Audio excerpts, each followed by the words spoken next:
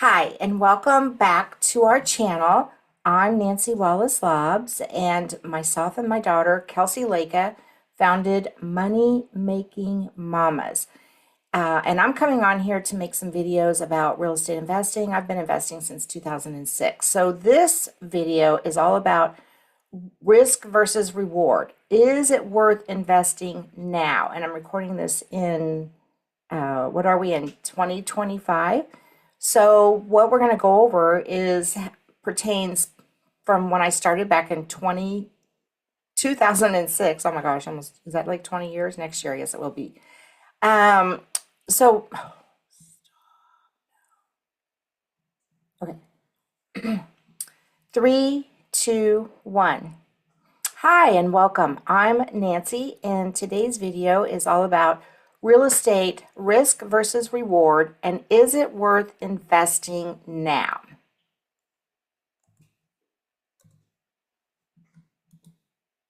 Okay, I guess I'm going to start over. Okay, three, two, one. Hi, this is Nancy, and today I'm going to be talking about real estate risk versus reward, and is it worth investing now? So even with high interest rates, even in a seller's market, I still believe real estate is a powerful way to build wealth, but only if you buy it right. So in this video, I'm going to show you why it's worth it and how to manage the risk so it really pays off. So who am I? Well, my name is Nancy Wallace Lobbs, and my daughter Kelsey, who's in the picture with me there, we started Money Making Mamas. I've been investing since 2006 in single family homes. I used to have a property management company. So we're investors. We have a podcast by the same name of Money Making Mamas. You can find it on Spotify, Apple, all places where podcasts are. I'm also an author of the best-selling book, Winning Deals and Heels. And our mission is to help moms invest in real estate and make money. So the rewards and benefits, which I feel are wealth building, is appreciation over time. So real estate tends to increase in value. So properties that I purchased, 15 years ago have almost doubled in price. So you need to be in a growing market. Cash flow, I focus on single family homes and or vacation homes. So I'm looking for rental income after all of my expenses, including the mortgage. And then to build really true wealth, you have to learn how to leverage the properties that you have. So using other people's money or refinancing to do a cash out refi amplifies your returns and also frees up cash so that you can continue to build your rental portfolio. And then we don't talk enough about the tax benefits, but in addition to depreciation of assets that you might purchase in the property, like appliances, mortgage interest is all deductible. If you manage your own properties, driving to the property, so everything that you can think of is at the time of this recording tax deductible. Now, I'm not a tax or CPA person, so you want to make sure that you do, run all that by your CPA. Now, the biggest thing about real estate investing is that you need to understand what the risks are and what can go wrong, because things can go wrong. Whenever you're talking about investing with money, there's always a risk. So we want to minimize the risk by doing our due diligence, by, preparing ourselves. So right now we have high interest rates, but what I've seen is that interest rates come and go. They go up, they go down. And the thing with investor properties and interest rates, we always pay a higher interest rate. So right now where they're at really isn't too far off from what I've been paying over the past, 10, 15 years. But when there are higher interest rates, then that makes your mortgage payment higher, which could impact your cash flow. So, but it is temporary, even if you have to carry that for a year or two, because when the market adjusts and interest rates fall, then you can do a refi and lower that interest rate. So that's something that's, investors can take advantage of. Now, if you overpay in a market with stagnant growth, then that's going to be a problem, right? Because you're not going to see any kind of returns that are going to make you happy. So at the end of this, I'm going to talk about, well, what happens if you do buy a property. So we're going to talk about more about research. And then not accounting for expenses like maintenance, vacancies, insurance, property taxes, and unexpected repairs. In another video I did, which you can click on one of these buttons up here, when I talk about analyzing a deal, and we ran into a huge termite problem in one of our properties that we were renovating. So termites, can do a lot, not just treating them, but then fixing the damage that they did. And then markets shift. So there could be regulatory, zoning restrictions, neighborhoods start to decline, the supply changes, and there's ways that you can keep on top of all of that. So for example, I give an example here about Airbnbs. A couple of years ago, people were all in buying Airbnb properties that could be Airbnb. Now that market has shifted, so people are kind of finding themselves like with high-end properties that they're either having to sell because they can't make them into long-term rentals. And then there's such a thing as over leveraging, where you're really not managing your debt, and you get too much debt and it increases your risk. So those are just a few things. Now, is now a good time? Well, it just depends, right? So there's no universal answer to whether it's a good time to invest in real estate because it depends on so many things.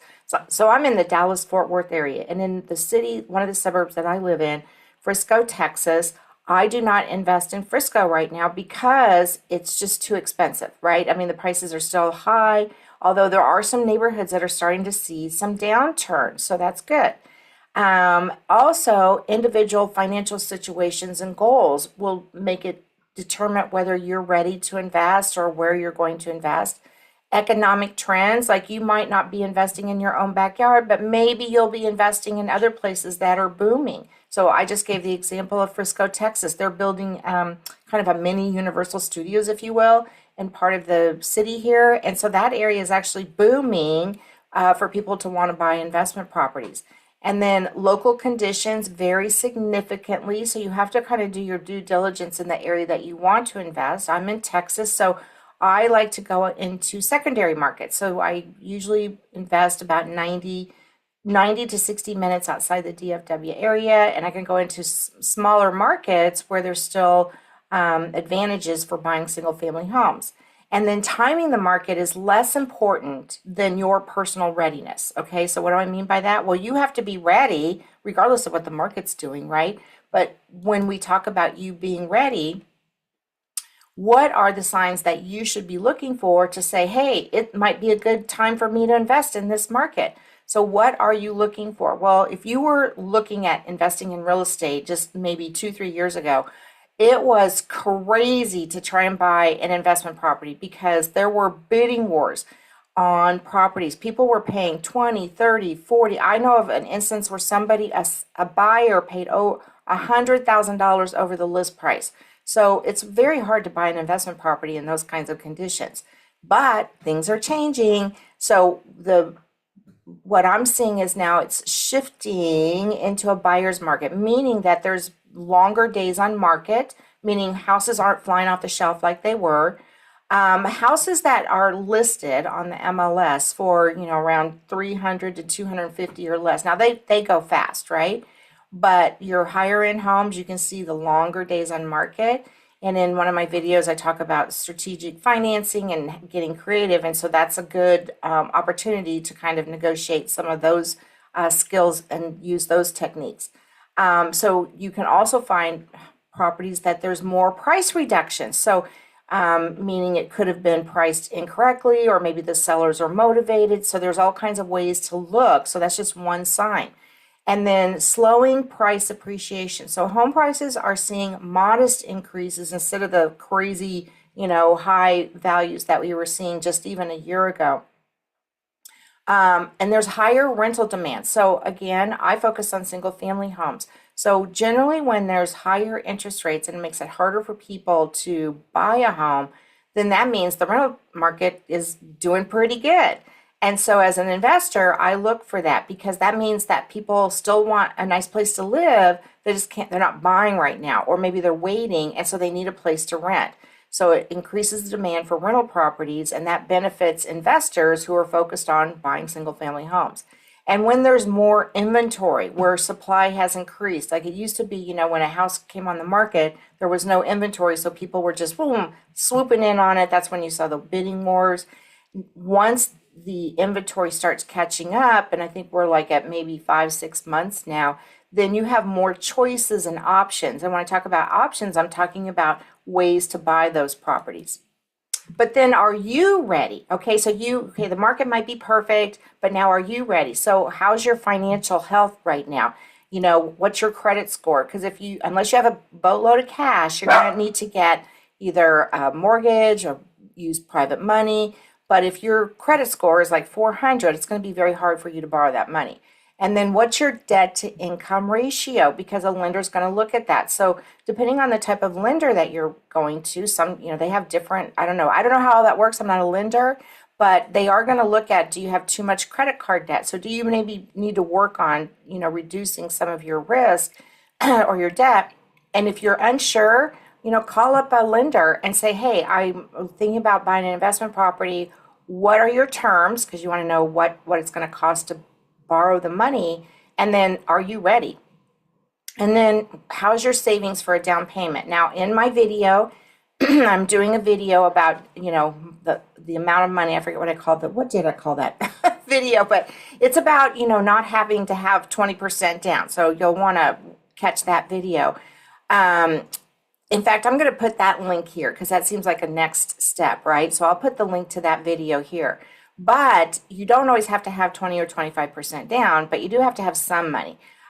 So in all the time I've been investing, I have never, ever done a zero down deal. You always got to have some money for inspections, utilities, something. You don't have to have, always 20% down, but you might have to have, $500, $1,000, something like that. And what is your goal? So that's really going to determine what your investment strategy is going to be. For me, I already know I like single family homes that builds wealth steadily. I did used to flip properties back in the day. It's hard to do that right now in this current market. And then what are my tax benefits? So it turns out that the way we have been able to build wealth is that our real estate investments we've been able to take more tax deductions, which has helped us overall. And then what is your risk tolerance? So investing in real estate is not a get rich quick scheme. It's kind of like I always say, it's a marathon, not a sprint. Not that you couldn't find that property and knock it out of the ballpark and make, 50 to 100,000. That happens. My experience has been though, is that that's kind of far and few between. And if you're really looking for growth and true wealth building strategies, then investing in single family homes, in my opinion, is the best way to go. And also, are you going to, what's going to happen if you don't have a tenant? How are you going to handle vacancies and maintenance costs and that kind of thing? Are you going to manage the property, or are you going to hire a property manager? Now, probably the biggest thing about investing in real estate and can you make money and will you make money is the area, location, right? And the only way you can know that is you can't guess about it. You can't go on Facebook and find out about it. You have to research it. Now, the research itself doesn't take that long. Okay, this is something you can do, 5 to 10 minutes a day, and within, a week or two, you're going to be pretty comfortable with what is selling in your particular area that you want to invest. So local conditions can vary by neighborhood. So I actually help people by using a heat map. I say, okay, this is our investing criteria. We're going to go into this zip code because this is where I can find good deals. Property values, what are homes selling for? So if you're not a realtor, then get partnered with a realtor so they can kind of help you. They can actually set up a search for you in a particular area so that you can get familiar with, well, what are properties selling for in given areas? And then the rental rates, what that means is just what are things renting for? So I like to buy 3-bedroom, 2-bath homes. So how much can I rent those homes for? And in some areas, I can rent them for more, in some areas for less, but you have to know that. And then are there any future development plans in the specific areas you are considering? Now, the way you can find out about that is you can go to any city government website, and they usually have something about, oh, up and coming, or you can see bonds that have, I don't do that bond part, but I do look on the city website to see what new developments are going in, or if I'm just driving by and I see a new housing subdivision going in or a new plant being built, I'm like, oh, I'm going to do a little research on what's going on in that area. So be prepared as an investor. That's how you know it's a good time to enter the real estate market. You have to be prepared. And a shift toward a buyer's market offers opportunities to negotiate for better terms and to benefit from potential long-term appreciation. So the market is shifting. It's not just here in the DFW area, across the nation. We're seeing that. So what makes it worth it now, like today? Well, again, it goes back to that location and knowing the area that you want to invest. Now, I stay in Texas, but if I were to invest in, let's say, Ohio, because the Midwest is a good place to invest, I would want to have a trusted boots on ground kind of person so that they can kind of help me. Because you can go on Zillow or Realtor.com. I am a real estate broker, so I have access to the MLS and I have access to programs that can give me kind of nationwide comps, if you will. But you can also go on Zillow, Realtor.com, and Redfin, and you can get some of the same information. Watch for growing infrastructure and new developments like schools, manufacturing / jobs, like if you see kind of like, oh, this company is expanding here. Like Austin, Texas saw a huge boom when Elon Musk moved, I think it was Tesla or Starlink, one of his companies there. Are they developing roads? Are they widening them? And then amenities are things like I just talked about the Universal Studios park that's coming in Frisco, Texas. And then we have the PGA. We have a lot of sporting events here in Frisco. So Airbnb is actually really good here because there's very few restrictions for Airbnb. You just have to register with the city. It is a little saturated, so. And then you want to adjust your expectations. So cash flow now may be lower because the interest rates are higher, right? But over time, you can refinance that and the appreciation or tax benefits might offset that. So just because interest rates are high doesn't mean you still can't make money or that it's not worth it, right? Because you still get the tax benefits. If anything, if the interest rate's higher, you just get a higher deduction. So you do have to go to where the deals are though, right? You can't just like go over next door and buy that house.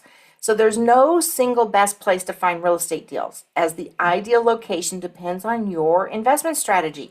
So let's say that you only want to do single family homes that rent for, $1,500 to $1,800. You want a 3-bedroom, 2-bath, corner lot, no pool, right? And they rent all day long. So that's kind of my criteria. So I actually look for properties that are the value is no more than $250,000. That's it, right? So now I want to find houses that I can buy for under $250,000, right? So that's my investment strategy. But yours might be, high-end homes. I have a friend that she uses Section 8, and in some areas of the DFW area, the Section 8 government housing, they pay big bucks for more high-end homes. So she literally buys $400,000 homes that are 4-bedroom, 5-bedroom homes, and then she's renting them. And I actually looked this up, and she's getting like $4,800 a month. Now, just word of caution, because the Section 8 program is going to be changing, and that's just one strategy.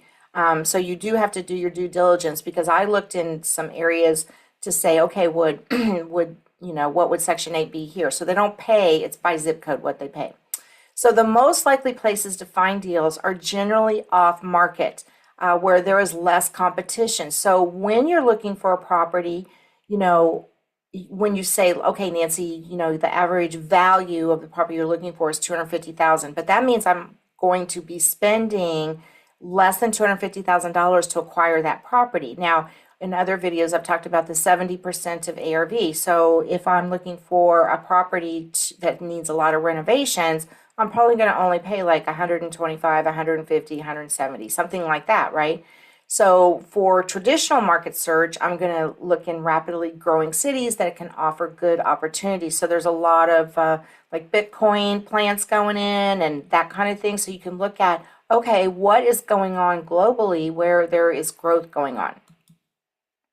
Now, off-market properties are the most lucrative deals and often found through direct creative sourcing away from mainstream listing sites where competition is high. And I thought, you know what, I'd probably just better go, okay, what's the difference between on market versus off market, right? Because, that's kind of jargon in the investor slash realtor world.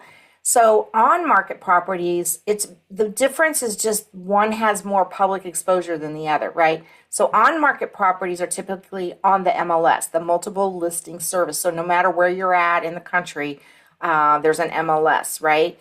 They're widely advertised. They're easy to find because you can find them on Willow, Zillow, Realtor.com.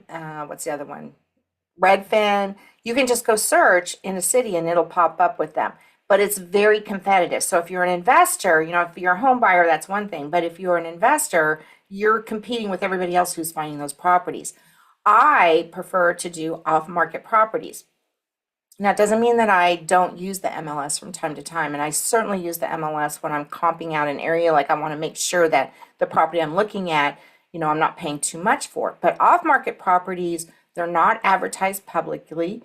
They're less competition because not very many people know about them, if any, and they do require more effort to find, though. So I want to, this is not something you just like open up a website and you're going to go to. And usually you have to use a list service or it's referrals or maybe word of mouth and even realtors, because sometimes realtors have a pulse on properties that are distressed. Let's think hoarder home and their client has to clean up the house.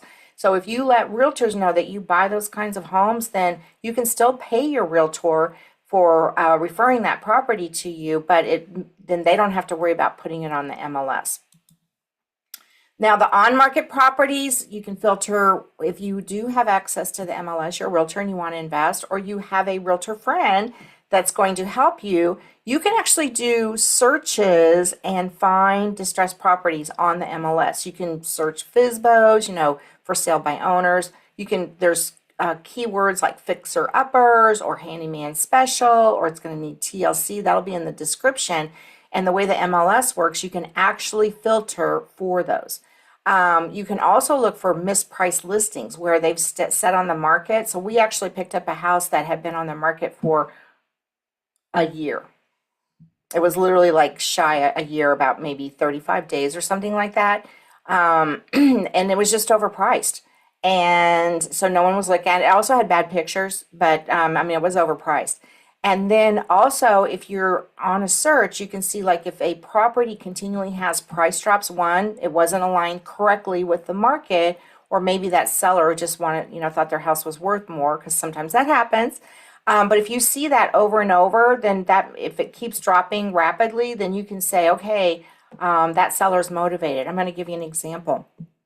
In April of this year, I was in Galveston, Texas, and I always, when I'm on vacation, I drive my family crazy, but I just love looking at real estate. And so when we're driving around, going to the restaurant, going to the beach, I was shocked at how many properties were for sale in Galveston, Texas.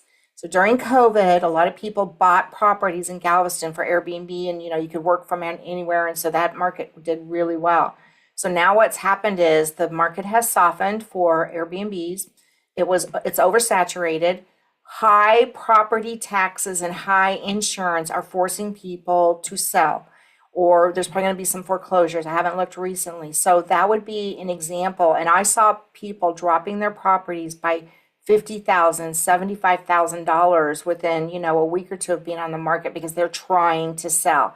And you're going to see at the end of this video, that's one of the strategies I talk about is like, if you have a bad deal, what can you do with it?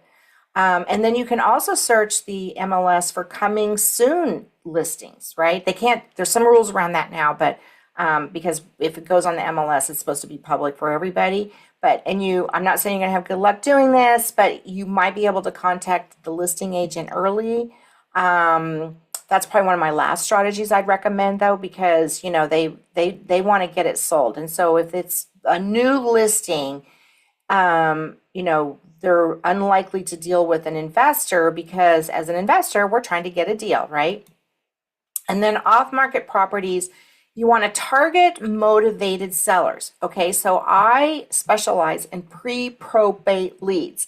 So in Texas, we can buy and sell properties without actually, after someone passes away, without having to go through probate. Now, not every state does that. So, for example, in Florida, all the properties have to go through probate.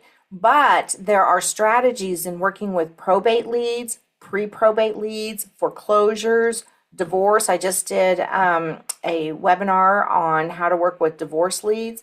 And then there's tax leads. You've heard of like tax auctions and things like that. And there's tired landlords. So there's actually like lists of evictions, or you can show up at eviction court and, hear the stories and, maybe connect with a landlord that just wants to get out of their property. So direct mail and canvassing. So I love driving for dollars. So when I go out and about, so driving for dollars is you're just going into a neighborhood that you might want to invest, and you're looking for that one-off property that, not just overgrown grass and, shrubs that need to be trimmed, but the roof needs work. Or I love broken blinds in the window and they've got either foil or newspaper up there. And then don't forget, if it has an alley, go back by the alley and look at the backyard. If it, I've found some houses that were hoarder homes that way. And what you do is you go back home, you look up the address in the property tax records, and you can get the owner information. You send them a letter saying, hey, I'm interested in buying your house. And you keep a list of that, and that's your own list. Nobody knows about that because that's your own list. And then networking is a great place to also find off-market properties by realtors, as I mentioned, contractors that might know of a house that, the person's trying to, fix up, or it's got plumbing issues and they can't fix it. Get on lists of wholesalers. And then sometimes other investors, like I like single family homes, other investors like duplexes or condos. So, networking with other investors, you might be able to pick up deals that way as well. And then online and physical auctions, like you can go to the foreclosure auction or whatever, but remember, just be prepared to buy as is. You usually can't do inspections on those properties, and you have to have cash. Now, you want to adopt your strategy for the current market. So I've kind of said over and over, hey, I'm doing 3-bedroom, 2-bath, single family homes. And it's tough right now with property insurance and property taxes to find a house that I want to, buy it right, and then make a cash flow where I'm not like $500 upside down, because I don't mind breaking even, but I don't want to be upside down. So my strategy, I've had to shift a little bit, and meaning that now I'm going into outlying areas. And then my second strategy that I had just a year and a half ago was, purchasing Airbnb properties to make them Airbnbs. And then I kind of saw the writing on the wall with that. So I had to shift those properties into long-term rentals or do owner finance on them. So here's my tip, I guess, from this video is that you always want to make sure that when you're buying a property that you have at least 2 exit strategies, right? So you could either flip it, you could, sell it outright, owner finance, turn it into a long-term rental. So that's what I'm saying about the example I'm giving about the Airbnb market when it just cooled off for everyone across the country. So investors are looking to sell. You can just go on to any Airbnb for sale by owner, and there's just tons of them for sale right now. And I gave the example of Galveston, Texas. House hacking. So you can, let's say, so right now, I talked about in my area, it's very hard to buy an investment property that makes sense for me. So, but what I could do is I've lived in my house we've lived here for over 10 years. And if I wanted to, I could move out of this house and I could rent it, right? Because I don't owe a whole lot on this house, and I could make my primary home, because I've lived here more than 2 years, I could make it a rental property and then go buy something else in another area. So that's something that we're actually thinking about doing. Look at alternative residential real estate types. Okay, so there's a big trend right now for assisted living homes. I don't know if you've heard of pad split. This is kind of a unique where you buy a 4-bedroom house and you convert it and you rent out the rooms, right? So this is kind of in response. Pad split came about because people just couldn't afford a rent. And so that's kind of I haven't done it yet, but I am looking into doing it, and it seems like a pretty cool model. There's senior housing, sober living houses. So there's different kinds of things that you can get into besides, just having a 3-bedroom, 2-bath, single family home. So learn a strategy that takes advantage of what's going on in the market today. So residential assisted living houses, you can pay more for the home because it's going to make more, right? Now, there's some things that go into that and other additional training that I don't talk about here. But look at what's happening in the market, and then, maybe that's something that you could get into. And what I do say is avoid chasing flips when the margins are thin. So right now, people that are being successful for flips have their own crew. That's what I'm seeing. And then if you're going to wholesale, you really got to sharpen your negotiation skills, because think about this. When you are wholesaling a property, first of all, an investor always wants to get a discount on the deal, right? But you as an investor, you want to make your wholesale fee. And usually they're, I've seen them as low as $2,500, but usually they're somewhere between $5,000 and $10,000. So if I'm buying a house for $175,000 from a wholesaler, they probably have it under contract for like $150,000, $160,000, something like that. So now think about that. If you got that house under contract for that amount, why aren't you keeping it? That's what I say. So if you're a wholesaler and that happens, call me and I'll teach you how to keep that house for yourself, because that would be a deal. So you know what? What if you do all of these things and you still mess it up and you make a mistake and you buy wrong? Because remember, in real estate investing, the way you make money is you just buy it right. That's just, you buy it, you make your money on the buy. So, but what happens if you have a bad buy? Okay, well, number one, you could turn it into a rental, right? You could just turn it into a rental.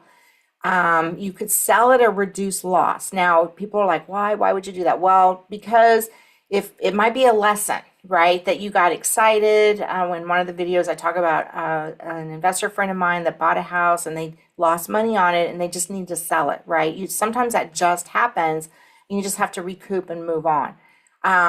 Improve and hold the property. Now, sometimes you have a property and, maybe you bought a 3-bedroom, 1-bath, right? So can you spend the money and create a 2-bath? Because a bathroom or upgrade to a kitchen actually provides more value, right?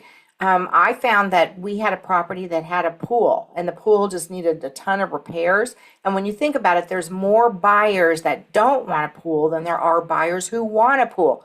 So we got rid of the pool and it had a huge backyard, and that house sold for more. I think we ended up making about $20,000 more on the house because we did that. And we saved $20,000 because that's what it was going to cost to repair the pool. So sometimes pools are not the thing to do.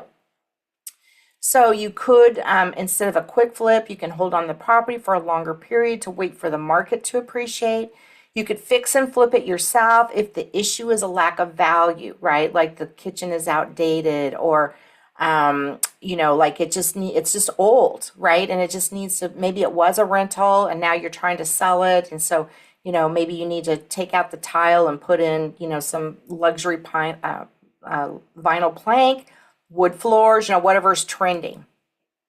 Now, in this video, my takeaways are, what makes it worth now? Well, you have to adapt your strategy. So one strategy that you learn about flipping or wholesaling might not work in the particular market that you're in. So research and know the area that you want to invest in. So if it's hard to buy properties in the area that you're in, well, what about if you went to the neighboring area? Or what's going on in and around your area? Like, again, I use the 90 to basically an hour and a half to 2 hours outside of the DFW area to look for deals, and they're there. Become familiar with the sales price in the area, because when you find a deal, you'll know, oh, okay, like let's say the average price in a neighborhood is $350,000, and you happen to find this house and the seller only wants $250,000. Boom, get that house under contract. You can still do your own due diligence and everything to find out why. But sometimes when you just know the numbers, you can jump on a deal before anyone else does. And then the best way to make it worth it is to focus on off-market deals, because you can spend a lot of time going on Zillow and Redfin and all that, but it's going to be hard to find deals, because remember, every investor out there is doing the very same thing.